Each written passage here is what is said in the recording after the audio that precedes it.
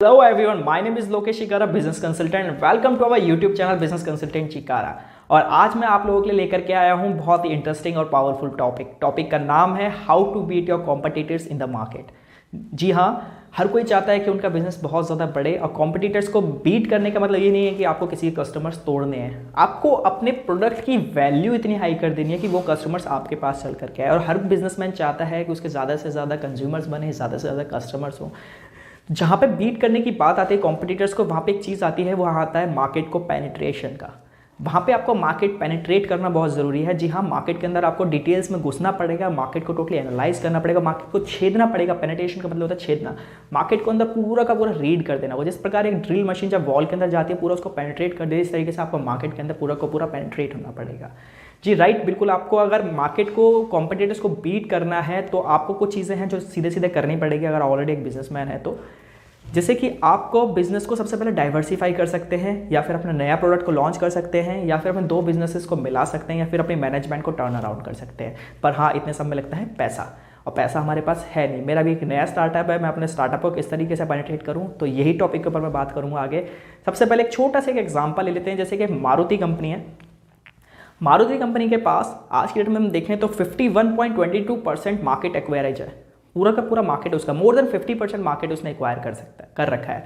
तो अब यहाँ पे हम चीज़ों को देखेंगे कि आप जिस प्रोडक्ट को लॉन्च करने वाले हैं, क्या उस प्रोडक्ट की जो सेल है, क्या टोटल मार्केट की सेल से कितनी बराबर है, कितनी अप डाउन है, वो आपको सबसे पहले फाइंड इट आउट करना पड़ेगा। जैसे मारुति है, ऑलरेडी 50% ज़्यादा मार्केट का एक्वायर कर रखा है। अगर आप मारुति का ही शोरूम खोलना चाहेंगे तो आप बहुत आसानी से खोल पाएंगे। ठीक है, तो फायदा क्या हो जाता है कि जैसे कि आपका जिसका मार्केट की वैल्यू और मार्केट की सेल ऑलरेडी बहुत ज़्यादा होती है, उसमें आपका एक फ़ायदा ये हो जाता है कि आपका जो आप उसका जो प्रोडक्शन है वो बल्क में कर पाते हैं, और उसकी बहुत ज़्यादा मार्जिन भी आप गेन कर पाते हैं। और आपके कॉम्पिटिटर्स के पास होने के बावजूद भी आप उस माल को बहुत आसानी से मार्केट में लॉन्च कर पाते हैं।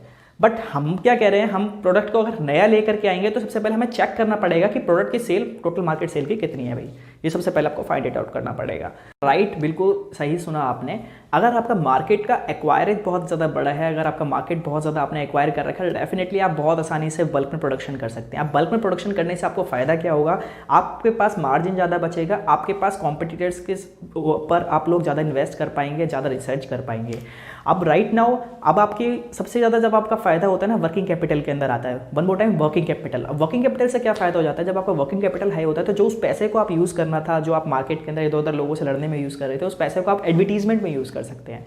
एडवर्टीजमेंट में कैसे यूज़ कर सकते हैं सर, जैसे कि मान लीजिए आपका 100 करोड़ का रेवेन्यू हुआ, 5% आपने एडवर्टीजमेंट में निकाला तो आपको 5 करोड़ रुपए लगा। अगर आपका टर्नओवर यहीं अगर आपका बढ़ करके 1000 करोड़ हुआ, मार्केट में आपने कॉम्पिटिटर्स को बीट किया, तो आपका 50 करोड़ का अप्रॉक्सीमेटली आपने एडवर्टीजमेंट करा। अब 50 करोड़ से आपका अगर एडवर्टीजमेंट होगा तो आपकी एक ब्रांड वैल्यू होगी, आप इंक्रीज होंगे। चलो ये तो रही बहुत बड़ी बड़ी बातें। अब हम बात करते हैं एक छोटे से न्यू स्टार्टअप की। आपका एक नया स्टार्टअप है, पैसा बिल्कुल भी नहीं है, वर्किंग कैपिटल बहुत लो है, मार्केट के अंदर भी उसको कोई नहीं जानता, ब्रांड बेस नहीं है। तो मैं आप उन लोगों के लिए कुछ स्ट्रैटेजी शेयर करना चाहता हूँ। तो स्टार्ट करते हैं अपनी फर्स्ट स्ट्रैटेजी से। पहली स्ट्रैटेजी है अट्रैक्ट नॉन कंज्यूमर। जो कंज्यूमर हमारे है ही नहीं, उनको कैसे अट्रैक्ट करना है, तो इसके ऊपर मैं बहुत अच्छे तरह से बात करना चाहता हूँ। मान लीजिए आपके मार्केट के अंदर, मान लीजिए 100 कस्टमर्स आपके हैं और 100 लोग ऐसे हैं जो आपकी सोसाइटी के अंदर रहते हैं। एक सोसाइटी में आपने एक नई शॉप स्टार्ट करी है। अब क्या होगा ना, उस सोसाइटी के अंदर आपको पेनिट्रेट आपने कर लिया है, आपको पता है कौन किस लेवल का है, किसके पास कितना पैसा है, कौन कितना ज़्यादा पढ़ा लिखा है, कौन किस लेवल का प्रोडक्ट का यूज़ कर रहा है। आपने ये सब चीज़ें फाइंड इट आउट कर ली हैं। बट अब आपको यहाँ पर एक चीज़ करना होगा, जो लोग पैसा नहीं दे सकते, आप उनके लिए क्या नई सुविधा लेकर के आ रहे हैं, आप उन लोगों के लिए क्या नई चीज़ लेकर के आ रहे हैं। तो यहाँ पे आपको कुछ EMI कार्ड्स या फिर कुछ NBFC बैंक्स के साथ आप अगर मान लीजिए आप उनके साथ टाई अप करते हैं, तो यहाँ पे बहुत आसानी से आप नॉन कंज्यूमर्स लोगों को अपने साथ लेकर के आ सकते हैं, अपना कंज्यूमर बना सकते हैं। क्योंकि हर लेवल का बंदा मार्केट के अंदर उपलब्ध है, हर किसी के पास बराबर पैसा नहीं है, हर कोई अपने प्रोडक्ट को नहीं खरीद पा रहा आपके प्रोडक्ट को। क्योंकि एक प्रोडक्ट की क्या होती है, कई बार कॉस्ट बहुत ज़्यादा हाई होती है, सामने वाले की नीड तो है, सामने वाला लेना तो चाहता है बट किसी कारण से ले नहीं पाता। तो उस केस में हम लोग उनका NBFC बैंक्स के साथ अपना टाई अप करवा के रखें अपनी ऑर्गेनाइजेशन का, और बहुत आसानी से हम लोगों को प्रोवाइड करवा सकते हैं आपके प्रोडक्ट को। यह है हमारी स्टार्ट द टेक्नोलॉजी। जी हाँ, आज की डेट में टेक्नोलॉजी बहुत सुपर पावर है, और टेक्नोलॉजी का यूज़ करना एक तरीके से लगा लो रामबाण है।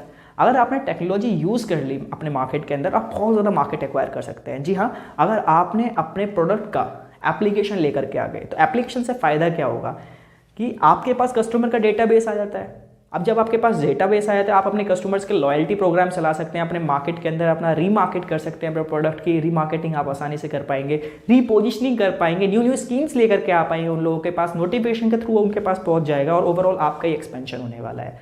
सेकेंड चीज़, आपको आपके बिजनेस को ऑटोमेट करने में काफ़ी आसानी आएगी ताकि आप अपना जो बचा हुआ टाइम है अपने बिजनेस को एक्सपैंड करवाने के तरीकों में लगा सकें, ना कि केवल ग्राहक ढूंढने में। नेक्स्ट टॉपिक है हमारा इनोवेटिव स्कीम एंड प्राइस। जी हाँ, राइट सुना आपने। आपको आपके कस्टमर को कुछ ना कुछ ऐसा इनोवेटिव स्कीम देना पड़ेगा जिसके वजह से वो आपके पास चल करके खुद से आ जाए। अगर आपको अपने कॉम्पिटिटर को बीट करना है तो आपको अपनी सर्विसेज इस तरीके से प्रोवाइड करनी पड़ेंगी कि वो ओल्ड वाली सर्विसेज वाले ब्रांड को छोड़ करके वो आपके पास आ जाए। जी हाँ, एक एग्जांपल लेते हैं। मान लीजिए आपके एरिया में एक बहुत पुरानी फ्रेंचाइजी है, फ्रेंचाइजी ए, एंड मार्केट में वो बहुत अच्छा बिजनेस ऑलरेडी कर रही है। अब क्या हुआ, मार्केट के अंदर एक और फ्रेंचाइजी आई। अब क्या होता है, फ्रेंचाइजीज के ऊपर ना एक मार्केट के ऊपर प्राइस का बैंड होता है, जबकि आप प्राइसेस को चेंज बिल्कुल भी नहीं कर सकते। तो कैसे फ्रेंचाइजी ए को कैसे बीट करे, तो फ्रेंचाइजी बी भी फ्रेंचाइजी ए से आगे निकल सकती है। वो कैसे निकल सकती है उसके लिए मैं बात करता हूं। अगर फ्रेंचाइजी बी प्रोडक्ट की सर्विसेज बहुत अच्छी दे रही है और प्रोडक्ट की क्वालिटी बहुत अच्छी दे रही है और प्रोडक्ट को बहुत अच्छी तरह वैल्यू प्रोवाइड करवा रही है, वैल्यूएबल दिखा के मार्केट के अंदर पहुंचा रही है, तो फ्रेंचाइजी बी फ्रेंचाइजी ए को बहुत आसानी से बीट कर सकती है। क्योंकि फ्रेंचाइजी ए काफी टाइम से मार्केट में थी बट वो सर्विसेज अच्छी नहीं दे पा रही थी, अपनी वैल्यू को अच्छे से नहीं दर्शा पा रही थी, क्वालिटी बहुत अच्छे से प्रोवाइड नहीं कर पा रही थी। तो वैल्यू जो फ्रेंचाइजी बी है वो ज़्यादा अच्छी दे रही है और वो उसको आसानी से बीट कर सकती है। जी हाँ, आपको अलग अलग इनोवेटिव स्कीम्स प्रोवाइड करवानी है, नई नई स्कीम्स देकर के कस्टमर को अट्रैक्ट करना है। जैसे मान लीजिए 26 जनवरी आ गई है, 15 अगस्त आ गया है, 1 जनवरी आ गई है, न्यू ईयर आपके पास है, होली आपके पास है, दिवाली आपके पास है। इसके अलावा कुछ सैटरडे संडेज भी ऐसे होते हैं जिसके अंदर मार्केट को आप बहुत आसानी से एक्वायर कर सकते हैं। इसी के अंदर आप स्कीम्स के साथ में एक चीज़ आता है डिस्काउंट। डिस्काउंट आपका 2 तरह का होता है, एक होता है हेल्पलेस डिस्काउंट, सेकंड होता है स्ट्रैटेजिक डिस्काउंट। हेल्पलेस डिस्काउंट वो होता है, मान लीजिए आपके मार्केट के अंदर बहुत सारा माल आपके शॉप के अंदर भरा हुआ है और आपका वो माल बिक नहीं रहा, तो उसके अंदर आपको हेल्पलेस डिस्काउंट लगाना पड़ता है, आपको अपने माल को कम रेट्स में बेचना पड़ता है। एंड सेकंड आपका आता है स्ट्रैटेजिक डिस्काउंट। ये डिस्काउंट वो होता है, मान लीजिए आपने कुछ ना कुछ स्ट्रैटेजी लगाई, कुछ ना कुछ तिगड़म ऐसे लगाया जिसकी वजह से मार्केट के अंदर वो कस्टमर आपके पास खिंच करके चले। जैसे आपने कई बार देखा होगा पीटर इंग्लैंड और बहुत सारे बड़े बड़े शोरूम्स होते हैं, जो लोग क्या करके लगा कर रखते हैं कि buy 2 get 1 free, buy 3 get 4 free. High product को बेच करके कुछ सस्ते प्रोडक्ट को वो आपके साथ फ्री दे देते हैं। मान लीजिए जैसे आपने 5,000 रुपये की शॉपिंग करी, आपको 10,000 रुपये के वाउचर फ्री मिल गए। कई बार ऐसे बिग बाजार ने भी लगाया है कि कबाड़ा लेकर के आओ और उसके बदले वाउचर लेकर के जाओ। अब आपको वाउचर वो रीयूज करने पड़ेंगे in the same area only. Electronic item बेचा है तो इलेक्ट्रॉनिक आइटम उससे परचेज कर सकते हैं और वो भी लिमिटेड इलेक्ट्रॉनिक आइटम्स पर। तो इस तरीके से स्ट्रैटेजीज लगा करके जो माल आपका नहीं बिक रहा उसको आप आसानी से बेच पाते हैं। हाँ, हमारी नेक्स्ट स्ट्रैटेजी है इंक्रीज द यूजेज स्ट्रैटेजी। आपको क्या करना है, अपने प्रोडक्ट की यूसेज कस्टमर के पास ज़्यादा पहुंचा देनी है। वो कैसे कर सकते हैं, जैसे मान लीजिए आप पहले केचप लेकर के आते थे, आप अपने दुकान के अंदर कांच की बोतल रखते थे। कांच की बोतल एक बार अगर वो लेकर के चले जाता है केचप की, तो 2 या 3 महीने बाद आता है। जब वो केचप की बोतल लेने आता है तो डेफिनेटली साथ में 1-2 प्रोडक्ट और लेकर के जाएगा। आपको क्या करना है, रीमार्केट करना, वापस से वो जल्दी जल्दी आपके पास आए। क्या आए, जल्दी से जल्दी मेरे पास कस्टमर वापस आए। अब कस्टमर वापस कैसे आएगा, तो कंपनी ने क्या कर दिया भाई, इसको छोटे से पैकेजेस में निकाल दिया, प्लास्टिक के पैकेज निकाल दिए, निप्पल लगी रहती है, आगे सामने वाला पुश करता है, ज़्यादा सॉस बाहर आ जाती है, ज़्यादा केचप बाहर आ जाती है, खाता है फेंकेगा नहीं बिल्कुल भी कस्टमर और जल्दी से आपकी दुकान पर चल के आएगा। तो क्या हुआ कि हमें कुछ ऐसे प्रोडक्ट चूज करने चाहिए अपनी मार्केट के अंदर, अपनी शॉप के अंदर, रिटेल मार्केट के अंदर, सच दैट उनका यूजर ज़्यादा से ज़्यादा हो, एक के साथ एक फ्री जाए। मान लीजिए जैसे कि कोई सीडी प्लेयर लेने आएगा तो डेफिनेटली 1-2 गेम की सीडी लेकर के आएगा। अगर कोई रेजर लेगा तो डेफिनेटली ब्लेड लेगा। अगर कोई प्रिंटर लेगा तो डेफिनेटली इंक भी आपके साथ लेगा। कोई गन लेगा तो बुलेट भी आपसे लेगा। तो इस तरीके से आप कुछ प्रोडक्ट्स को अपने पास रख सकते हैं। ये है हमारी नंबर 5। आपको क्या करना है, improve the imperfection with 1 innovation. आपको क्या करना है, improve the imperfection with 1 innovation. आपको जो मार्केट के अंदर इम्परफेक्शन चल रही है उसको इंप्रूव करना है, अपना क्या इनोवेटिव माइंड लगा करके, तो ही आपको मार्केट एक्वायर होगा। आपको क्या करना है, जैसे कि एग्जांपल मैं आपको दे देता हूँ। जैसे कि जियो कंपनी आई। जियो कंपनी कब आई, क्योंकि जब उसने सारी जगह पे इतना अच्छा नेटवर्क स्ट्रॉन्ग कर दिया कि मार्केट के अंदर जो इम्परफेक्शन चल रही थी, जो लोग कहते थे यार मेरे नेटवर्क नहीं आ रहे यार, मेरे को कल कॉल करना, आज मैं बाहर हूँ, आज मैं गांव आया हूँ, आज गांव गांव शहर शहर तक जियो ने अपने टावर्स लगा दिए, उसका नेटवर्क चारों तरफ है। तो वो वन इनोवेशन जिसने मार्केट को एक्वायर कर लिया। तो ये स्ट्रेटजी यही कहती है अपनी इम्परफेक्शन को इंप्रूव करके इनोवेशन के साथ आप मार्केट के अंदर आ सकते हैं। स्ट्रेटजी है हमारी नंबर 6, फोकस ऑन सर्विसेज। जी हाँ, अगर आपने सर्विसेज पे एक बार ध्यान दे दिया, आप धीरे धीरे आप मार्केट कब एक्वायर कर जाएंगे, मार्केट में सारे कॉम्पिटिटर्स आपके कब बीट हो जाएंगे, आपको खुद को पता नहीं चलने वाला। क्योंकि सर्विस ही एक ऐसा तोड़ है जो कि किसी कंपनी को उठा सकता है और गिरा सकता है। अगर आपको प्रोडक्ट में बहुत दम है और सर्विसेज बेकार है, जी हाँ, आपका प्रोडक्ट ऐसे क्रैश करेगा। अगर आप प्रोडक्ट एक बार को नॉर्मल भी है और सर्विसेज बहुत अच्छी है, तो आपका प्रोडक्ट ऐसे चलता रहेगा धीरे धीरे। आप डेफिनेटली थोड़ा थोड़ा तो ग्रो करेंगे ही करेंगे।